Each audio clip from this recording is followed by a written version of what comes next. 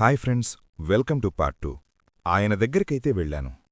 అక్కడి నుండి సాయంత్రం వేళ ఇంటికి తిరిగి వస్తున్నాను. అదే దారి, అదే చోటు. నడుస్తూ వస్తుండగా ముగ్గురు మగవాళ్ళ నాపారు. వాళ్లు దొంగల్లా ఉన్నారు. మా గ్రామానికి చెందినోళ్లైతే కాదు, వేరే గ్రామం నుండి వచ్చారు. నన్ను చూసి ఏదేదో అన్నారు. ఇక వెంటనే నా మెడలో ఉన్నటువంటి చైనైతే లాకేశాను. నా చేతికున్న బంగారు ఉంగరాన్ని కూడా చూపించు అన్నాడొకడు. నేను భయపడ్డాను. ఆ చైన్ పోయినా పర్వాలేదు, వెళ్ళిపోతాను అని అక్కడ నుండి వెళ్లబోతుంటే వాళ్లంతా నన్ను గట్టిగా పట్టుకున్నారు. ఉంగరం ఇస్తావా, లేదంటే ఏదైనా చెయ్యాలా అని బెదిరించారు. మా అమ్మ ఇచ్చిందే, ఎప్పటికీ ఇవ్వను. కావాలంటే అది మీరు తీసుకోండి, నేను ఎవ్వరికీ చెప్పను అని అరిచాను. వెంటనే వాళ్లు నన్ను కొట్టారు. సహాయం కోసం ఎంతగానో అరిచారు. లోపలికి తీసుకువెళ్ళిపోయారు. ఆ చోట ఎవ్వరూ వేరు. నా చేతినుండి బలవంతంగా ఉంగరాన్ని తీయటానికి చూశారు. వాళ్లతో పోరాడాను. కాని వాళ్లు ముగ్గురూ, నేనొక్కదాన్నే. ఒకడైతే నన్ను బాగా లాగేశాడు, నా చేతులు పట్టుకున్నాడు. ఇంకొకడు నా చేతినుండి ఉంగరాన్ని తీయటానికి చూశాడు. అదే క్రమంలో ఇదిగో నా వేలు ఇలా విరిగిపోయింది. నొప్పితో నేను మరింత గట్టిగా అరిచాను. అని గట్టిగా అరవటం మొదలుపెట్టింది. కాసేపటి తర్వాత నాకు ఊపిరాడకుండా చేశారు. నేను పడిపోయాను. వాళ్లు నా బంగారు ఉంగరాన్ని తీసేశారు. అక్కడితో ఆగలేదు. నా కళ్ళు చీకటైగయ్యాయి. నా శరీరంలో అస్సలు స్పందన లేకపోయింది. అక్కడితో నా ప్రాణం పోయింది. వాళ్లు నన్ను అక్కడే వదిలేసి మరీ పారిపోయారు. నా ఉంగరాన్ని తీసుకువెళ్ళిపోయారు. నా శరీరం రోడ్డు పక్కనే పడి ఉంది. మరుసటి రోజు ప్రొద్దున్న గ్రామస్థులైతే నా శరీరాన్ని కనుగొన్నారు. ఆ రాత్రంతా మా వాళ్లు ఎంతగానో వెతికారంట. నేను ఎక్కడా కనిపించలేదు. ఉదయాన్నే మా గ్రామపురులకు కనబడ్డాను. నా భర్త తాను చాలా బాధపడ్డాడు. నా తల్లిదండ్రులు అంతా కూడా వెలిపించారు. అసలు ఆ పనిచేసిందెవరు? దొరకలేదు. నా ఉంగరం కూడా దొరకలేదు. తరువాత అంత్యక్రియలు అన్నీ అయిపోగయాయి. నాకైతే శాంతి లేదు. అన్యాయంగా పోయాను కదా. నా ఉంగరం తిరిగి రాలేదు. దానిపైన ఆశతోనే అక్కడ తిరుగుతూ ఉండేదాన్ని. కొన్నాళ్ల తర్వాత వాళ్లల్లో ఒకడైతే నా కంటపడ్డాడు. వాడి చేతికే ఆ ఉంగరం ఉంది. అంతే, ఇంక నా కోపాన్ని ఆపుకోలేకపోయాను. వాడిపైన దాడి చేశాను. ఆ దెబ్బతో వాడు ప్రాణాలు కోల్పోయాడు. కాని ఉంగరాన్ని ఎలా తీసుకువెళ్లాలో నాకు అర్థం కాలేదు. దాన్ని అస్సలు ముట్టుకోలేకపోయాను. నా శక్తినంతా ఉపయోగించి నా ఉంగరంపైన నాకున్న మమకారంతో దాన్ని మాత్రం లాగేసి అక్కడే పడేశాను. అది ఆ భూమిలోనే కప్పులడిపోయింది. ఆ తర్వాత వరదలొచ్చాయి. అది ఎటునుండి ఎటు కొట్టుకొచ్చిందో తెలియదు.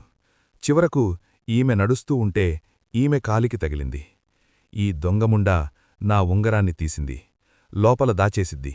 అది నా ఉంగరం, నాకు తిరిగివ్వాలి, లేకపోతే ఇంటిలో ఉన్న అందరి సంగతి చూస్తాను అని గట్టిగట్టిగా అరుస్తోంది.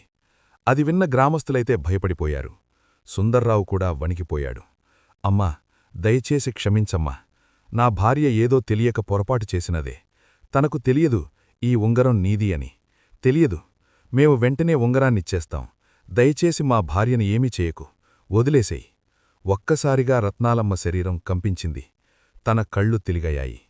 ఉంగరం ఎక్కడుంది, ఎక్కడుంది అని తనలోని ఆత్మ అడిగింది. సుందర్రావు మేడగూడలోకి చేరుకుని ఉంగరాన్ని తీసుకొచ్చాడు. అందరికీ చూపించాడు. ఇదిగో నీ ఉంగరం. చూడు, దయచేసి దీన్ని తీసుకువెళ్ళిపో. మా భార్యని ఏమీ చెయ్యకు. కాని తన ఆత్మ నవ్వింది. భయంకరమైన నవ్వు. ఎంత సులువుగా వదిలేయాలా? నీ పెళ్లం నా ఉంగరాన్ని దొంగతనం చేసిద్ది. ఎన్నో ఏళ్లుగా బాధపడుతున్నాను. ఆ బాధ దీనిక్కూడా తెలియద్దు అని రత్నాలమ్మ శరీరం నేలమీద పడి దొల్లుతోంది. నోటినుండి ఒక్కటే నురకలు. చేతులు కాళ్ళు విపరీతంగా కదుస్తోంది. గ్రామస్థులంతా కూడా భయపడి వెనక్కి తగ్గారు. భూతవైద్యుణ్ణి పిలాలి, అతన్ని పిలిస్తే ఏదైనా చేయగలుగుతాము అని చెప్పారు. లేదు, మనం మా ఉంగరాన్ని తిరిగి ఆ చోట పెట్టాలి. అప్పుడు చూద్దాం ఏం జరుగుతుందో అని ఇంకొకటి చెప్పాడు. ఆ రాత్రంతా కూడా రత్నాలమ్మ నానా ఇబ్బందులు పడిద్దే. మధుమతి ఆత్మ తనని వదలకుండా ఎన్నో రకాలుగా ఇబ్బంది పెట్టిద్దే. ఒకసారి నవ్వుతోంది, ఒకసారి ఏడుస్తోంది, ఒక్కోసారి అరుస్తోంది. రత్నాలమ్మ శరీరం కాని స్వరం మాత్రం తనదే. తెల్లవారేసరికి సుందర్రావు అప్పటికప్పుడు గ్రామస్తులందర్నీ అక్కడే ఉంచి 20 కిలోమీటర్ల దూరంలో ఉన్నటువంటి వేరే గ్రామానికి వెళ్లాడు. అక్కడే ఒక భూతవైద్యుడైతే ఉన్నారని తెలిసింది. అతను నరసింహస్వామి ఉపాసకుడు. చాలామంది భూత ప్రేతాల సమస్యల్లో అతనే పరిష్కరిస్తూ ఉంటాడు. సుందర్రావు తన ఇంటికి వెళ్లాడు.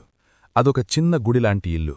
ఎక్కడ చూసినా పూజ సామాగ్రి, నిమ్మకాయలు, ఎర్ర కప్పులు, కొబ్బరికాయలు, గోడలమీద ఎంతోమంది దేవుళ్ల ఫోటోలైతే ఉన్నాయి. తనకి 60 ఏళ్లుంటాయి. చూడటానికి ఎర్రటి బట్టలు వేసుకున్నాడు. స్వామి, నన్ను రక్షించండి స్వామి, నా భార్యకి ఇలా జరిగింది అని మొత్తాన్ని చెప్పి వేడుకున్నాడు. ఆ వ్యక్తి ధ్యానం చేశాడు. కొన్ని నిమిషాల తర్వాత అన్నీ తెలుసుకుని, నీ భార్య ఒక స్త్రీ ఆత్మకు బాధ. ఆ ఆత్మ అన్యాయంగా చనిపోయింది. చాలా కోపంతో ఉంది. ఏదో ఒక వస్తువుతో సంబంధం ఉంది. సుందర్రావు మళ్ళీ చెప్పాడు. ఆ బంగారు ఉంగరం గురిండే. సమస్య అయితే చాలా తీవ్రమైంది. తన ఆత్మ ఎన్నో ఏళ్లుగా బాధపడుతోంది. కోపంతో ఉంది. పైగా ఎన్ని సంవత్సరాలుగా తిరుగుతోంది. అకాల మరణం అంటే చాలా శక్తివంతమైనది. చెప్తున్న దాని ప్రకారం సాధారణ పూజలైతే పనికిరావు. అయితే ఏం చెయ్యాలి స్వామీ? ఏమైనా చెప్పండి, చేసేస్తాను అని సుందర్రావు భయంతో అన్నాడు. నేనే మీ ఇంటికి వస్తాను. దాంతో మాట్లాడాలి. ఏదైనా చేద్దాం. ఆ ఉంగరాన్ని సరైన పద్ధతిలో దాన్ని కూడా మనం తనకి అర్పించాల్సి ఉంటుంది అని చెప్పారు. వెంటనే ఇద్దరం కలిసి వారి గ్రామానికి వచ్చారు. సుందర్రావు ఇంట్లోకి వెళ్లగానే భయంకరమైన దృశ్యం కనిపించింది. రత్నాలమ్మ గది మధ్యలో నిలబడి ఉందే. తన జుట్టు మొత్తం చెదిరిపోగాయాయి. కళ్ళు ఎర్రగానో, నోటినుండి ఏదో కారుతూ గ్రామస్తులంతా దూరంగా నిల్చున్నారు. బిక్కుబిక్కుమంటూ చూస్తున్నారు. ఎవ్వరూ తన దగ్గరకు రాలేకపోతున్నారు. అతను చూసి ఆశ్చర్యపోయాడు. మామూలు ఆత్మైతే కాదు. అతను తన సామాను నుండి విభూతి, కుంకుమ, నిమ్మకాయలు అన్నింటినీ తీసుకున్నాడు. వెంటనే తన చుట్టూ వృత్తాకారంలో వాటిని అమర్చాడు. రత్నాలమ్మ చుట్టూ వాటిని పెట్టాక మంత్రాలు చదవసాగాడు. అప్పుడే దాని శరీరం కదలటం మొదలయింది. ఎవర్రా నువ్వు అని ఆ క్షణం విపరీతంగా తిట్టటం మొదలుపెట్టింది. ఆ మాటలు చెప్పటానికి కూడా వీలుకాదు. అలా అతన్ని దూషిస్తోంది. ఏవో పిచ్చిపిచ్చి పూజలు చేసి నన్ను ఆపేద్దాం, ఏదో చేసేద్దామనుకుంటున్నావా అని కోపంతో అరుస్తోంది. అతను మరింత గట్టిగా మంత్రాలు చదివాడు. గదంతా ధూపం యొక్క పొగ వ్యాపించిందే. తనలోని ఆత్మ నవ్విందే. ఎన్నో ఏళ్లుగా బాధపడ్డాన్రా. నా ఉంగరం తిరిగి రాలేదు. ఇప్పుడు నేను శాంతి పొందాలంటే ఏదో చేసేసి నన్ను శాంతిపూజ చేద్దాం.